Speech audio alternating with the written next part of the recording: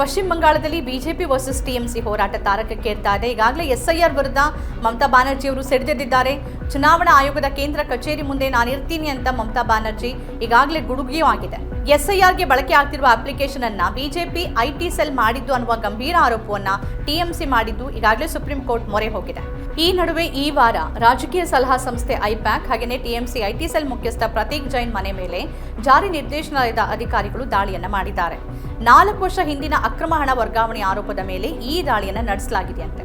ಈಗ ಇದೇ ದಾಳಿ ರಾಜಕೀಯ ಹೋರಾಟಕ್ಕೆ ಮತ್ತು ಟಿಎಂಸಿ ಆಕ್ರೋಶಕ್ಕೆ ಕಾರಣ ಆಗಿದೆ. ದಾಳಿ ನಡೀತಾ ಇದ್ದ ಸಂದರ್ಭದಲ್ಲಿ ಮುಖ್ಯಮಂತ್ರಿ ಮಮತಾ ಬ್ಯಾನರ್ಜಿ ಅವರು ಸ್ಥಳಕ್ಕೆ ಹೋದ್ರು.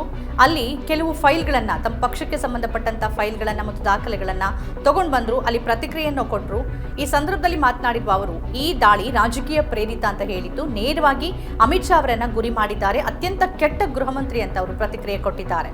ಈ ದುಷ್ಕೃತ್ಯವನ್ನ ನಿಲ್ಲಿಸಿ ಅಂತಾನು ವಾರ್ನಿಂಗ್ ಕೊಟ್ಟಿದ್ದಾರೆ.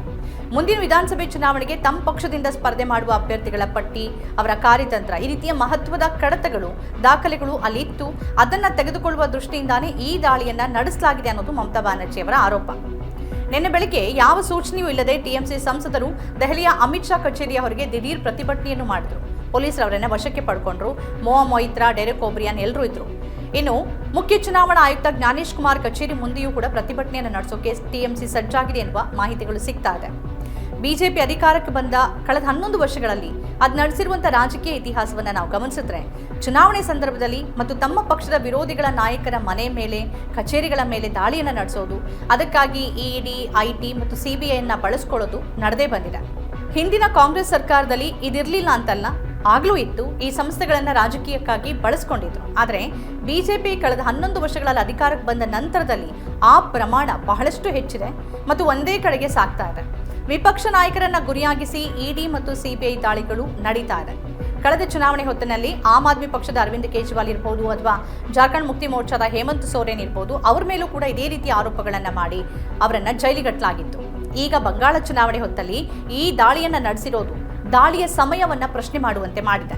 ಇದನ್ನೇ ರಾಜಕೀಯ ಅಸ್ತ್ರವಾಗಿ ಬಳಸಿಕೊಳ್ತಿರುವ ಮಮತಾ ಬ್ಯಾನರ್ಜಿ ಮತ್ತು ಟಿಎಂಸಿ ಇದನ್ನ ದುಷ್ಕೃತ್ಯ ಅಂತ ಕರೆದು ಚುನಾವಣೆಯನ್ನ ಗೆಲ್ಲೋಕೆ ವಾಮ ಮಾರ್ಗವನ್ನ ಬಿಜೆಪಿ, ಅಮಿತ್ ಶಾ ಅನುಸರಿಸುತ್ತಿದ್ದಾರೆ ಅಂತ ಹೇಳಿದ್ದಾರೆ. ಒಟ್ಟಾರೆಯಾಗಿ ಬಂಗಾಳ ಚುನಾವಣೆ ಕದನ ಏನಿದೆ ಇದು ಕುತೂಹಲವನ್ನ ಮೂಡಿಸ್ತಾ ಇದೆ. ಮುಂಬರುವ ದಿನಗಳಲ್ಲಿ ಮಮತಾ ಬ್ಯಾನರ್ಜಿ ಮತ್ತು ಟಿಎಂಸಿ ಯಾವ ರೀತಿಯ ಹೋರಾಟಕ್ಕೆ ಮುಂದಾಗ್ತಾರೆ ಅನ್ನೋದನ್ನ ನಾವು ಕಾದು ನೋಡ್ಬೇಕಾಗತ್ತೆ. ಒಂದ್ ಕಡೆ ಎಸ್ಐಆರ್ ವಿರುದ್ಧ ಚುನಾವಣಾ ಆಯೋಗ, ಇನ್ನೊಂದು ಕಡೆ ಇಡಿ, ಮತ್ತೊಂದು ಕಡೆ ಬಿಜೆಪಿ, ಈ ಎಲ್ಲರನ್ನ ಒಟ್ಟೊಟ್ಟಿಗೆ ಎದುರಿಸಬೇಕಾದಂತ ಬಹಳ ದೊಡ್ಡ ಸವಾಲು ಮಮತಾ ಬ್ಯಾನರ್ಜಿ ಮತ್ತು ಟಿಎಂಸಿ ಪಕ್ಷದ ಮುಂದಿದೆ.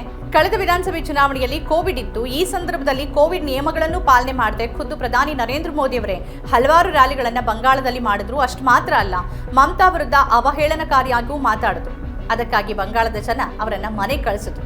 ಆದರೆ ಈ ಬಾರಿ ಬಿಹಾರದ ನಂತರ ಶತಾಯಗತಾಯ ಪಶ್ಚಿಮ ಬಂಗಾಳವನ್ನ ಗೆಲ್ಲೇಬೇಕು ಅಂತ ಹೊರಟಿರುವ ಬಿಜೆಪಿ ಮತ್ತು ನರೇಂದ್ರ ಮೋದಿ, ಅಮಿತ್ ಶಾ ಜೋಡಿ ಹೇಗಾದ್ರೂ ಸರಿ, ಯಾವ ಮಾರ್ಗದಲ್ಲಾದ್ರೂ ಸರಿ ಮಮತಾ ಬ್ಯಾನರ್ಜಿ ಮತ್ತು ಟಿಎಂಸಿಯನ್ನ ಮಣಿಸಲೇಬೇಕು ಅಂತ ಹೊರಟಿದ್ದಾರೆ. ಆದರೆ ಇದು ಎಷ್ಟರ ಮಟ್ಟಿಗೆ ಫಲ ಕೊಡುತ್ತೆ ಅನ್ನೋದನ್ನ ಕಾದು ನೋಡಬೇಕು. ಆದರೆ ಕಾಳಗವಂತೂ ಬಹಳ ದೊಡ್ಡದಾಗಿ ನಡೆಯುತ್ತೆ ಅನ್ನೋದನ್ನ ಈ ಬೆಳವಣಿಗೆಗಳು ಸೂಚಿಸ್ತಾ ಇದೆ.